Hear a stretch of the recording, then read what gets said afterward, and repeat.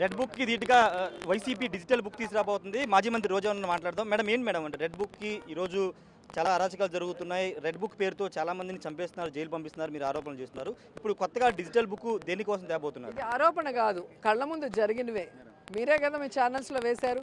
ఎవరిని చంపేశారు, ఎవరి ఇళ్ళు కూల్చారు, ఎవరి షాపులు కూల్చారు, ఎవరి వెహికల్స్ డ్యామేజ్ చేశారు, ఎవరి బట్టలు ఇప్పి రోడ్డు మీద కూర్చోబెట్టి క్షమాపణలు చెప్పించుకున్నారు సంబంధం లేకుండా. సోషల్ మీడియాలో యాక్టివ్గా ఉన్న వాళ్ళని కుటుంబంతో సహా ఎన్ని కేసులు పెట్టి లోపల పెడుతున్నారు తప్పుడు కేసులో మనం చూసాం.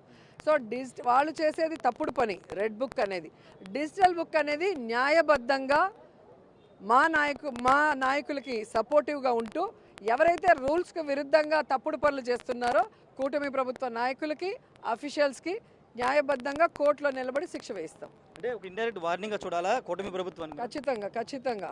పవన్ కళ్యాణ్ మీరు ఎంత ఘాటు వ్యాఖ్యలు చేశారు. కేవలం సినిమా ప్రమోషన్లోనే పవన్ కళ్యాణ్ బయట ఉంటున్నారు, ప్రజా సమస్యలు, రైతు సమస్యలు పట్టించుకోవట్లేదు కామెంట్ చేశారు. నిజమే కదండి, దీంట్లో నేను కామెంట్ చేయడం కాదు, నిజమే కాదా? ఎన్ని రోజులు ఉంటున్నారు ఆంధ్రప్రదేశ్లో? మరి జగన్మోహన్ రెడ్డి గారు అధికారంలో ఉన్నప్పుడు ఆల్మోస్ట్ 5 years ఇక్కడే ఉన్నారు. ఏ నిమిషమైనా ఏపీలోనే తిరుగుతున్నారు, ఏపీలో ప్రజల కోసమే పనిచేశారు. కానీ మీరు అప్పుడు అపోజిషన్లో హైదరాబాద్ నుంచి వచ్చారు, హైదరాబాద్కి వెళ్ళిపోయారు. ఈరోజు అధికారంలోకి వచ్చాకైనా ఇక్కడ ఇల్లు కట్టుకొని ఇక్కడ ఉండి ఇక్కడ ప్రజలకి అందుబాటులో ఉండి పని చేస్తున్నారా? సీఎంతో సహా, మినిస్టర్లతో సహా, మొత్తం ఎమ్మెల్యేలతో సహా అంతా కూడా హైదరాబాద్కి వెళ్ళిపోతున్నారు ఫ్రైడే అయితే. దానివల్లే కదా ఒకసారి మనకి విజయవాడ మునిగిపోయింది. దానివల్లే కదా అఫీషియల్స్కి ఏం డెసిషన్ తీసుకోవాలో తెలియక ఎన్ని అనర్థాలు జరుగుతున్నాయి. ఈరోజు రైతులు యూరియా కోసం నెలల తరబడి ఏ విధంగా నించుంటున్నారు క్యూలో, ఏ విధంగా పసుపు రైతులు కానీ, మామిడి రైతులు కానీ, మనకి ఉల్లి రైతులు కానీ ఈరోజు ఆత్మహత్యలు చేసుకుంటే ఏం చేస్తున్నాడు డిప్యూటీ సీఎం? ప్రజల ఓట్లతో గెలిచిన నువ్వు ఈరోజు డిప్యూటీ సీఎం అయి ప్రజాధనంతో స్పెషల్ హెలికాప్టర్ కొనుక్కొని, గన్మెన్లు పెట్టుకొని, కార్లు పెట్టుకొని హైదరాబాద్లో షూటింగ్ వాడుతున్నావు. ప్రజాధనాన్ని అక్కడ ఎంజాయ్ చేస్తున్నావు. నీ సినిమా రేటు పెంచుకుంటున్నావు తప్ప రైతులకు మద్దతు ధర కోసం నువ్వేమైనా మాట్లాడావా? ఒక కూటమి ప్రభుత్వంలో ఇంకో పార్టీకి హెడ్ అయిన నువ్వు చంద్రబాబు నాయుడు మీద ఒత్తిడి తీసుకొచ్చి ఈరోజు మాట్లాడాలి కదా రైతులకి సపోర్టివ్గా, వాళ్ళకి మద్దతు ధర ఇవ్వాలని.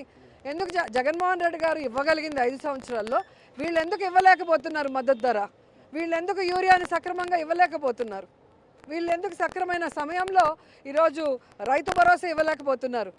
ఎవ్రీ ఇయర్ జగన్మోహన్ రెడ్డి గారు టైంకి ఇచ్చారు కదా, మీరు దానికి ఒక పేరు మార్చారు, 20,000 ఇస్తామని ఆశ చూపించారు.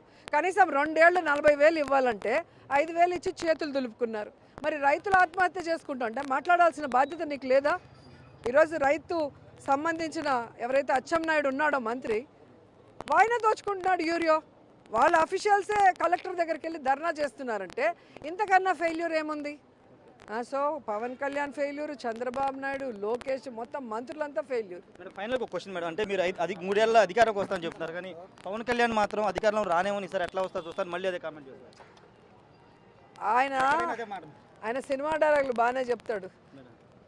మీరే చూసుంటారు ఒక లాస్ట్ ఎలక్షన్ ముందర మీటింగ్లో, మిమ్మల్ని నమ్ముకుంటే నన్ను ముంచేసినారు, ఈసారైనా నన్ను గెలిపించండి, నా కులమన్నా చూడండి అయ్యా, నాకు ఒక అవకాశం ఇవ్వండి అయ్యా అని అడుక్కున్నాడు. పోనీలే పాపం అని సింపతితో గెలిపిస్తే ఈరోజు ఆయన ఏం చేస్తున్నాడో రాష్ట్ర ప్రజలు చూస్తున్నారు. నాకు తెలిసి రాష్ట్ర ప్రజలు డిపాజిట్లు కూడా ఇవ్వరు పవన్ కళ్యాణ్కి. అంతే. మొత్తంగా అయితే రాబోయే ఎన్నికల్లో డిపాజిట్ కూడా ఇవ్వరని మాజీ మంత్రి రోజా చెప్తున్నారు. రెడ్ బుక్కి ధీటుగా కాదు, ప్రజల ఎవరైతే ఇబ్బందులు ఎదుర్కొంటున్నారో వాళ్ళ కోసం డిజిటల్ బుక్ తీసుకొస్తున్నామని చెప్తున్నారు. ఖచ్చితంగా ఎవరైతే తప్పు చేస్తారో వాళ్ళందరినీ శిక్షిస్తామని చెప్తున్నారు. పవన్ కళ్యాణ్ హరిహర వీరమల్లు, ఓజీ సినిమాల షూటింగ్లో సినిమా టికెట్లు రేటులు పెంచుకునే విషయంలో హడావిడిగా ఉన్నారు తప్పించి ప్రజా సమస్యలు, రైతు సమస్యల మీద పట్టించుకోవట్లేదు. ప్రభుత్వాన్ని తప్పు చేస్తే నిలదీయాల్సిన పవన్ కళ్యాణ్ పట్టించుకోకుండా అదే విధంగా ఉంటున్నారని మాజీ మంత్రి అయితే కొంత ఘాటు వ్యాఖ్యలు చేశారు. కెమెరా పర్సన్ సాయితో రాజేష్, బిగ్ టీవీ, అమరావతి నుండి.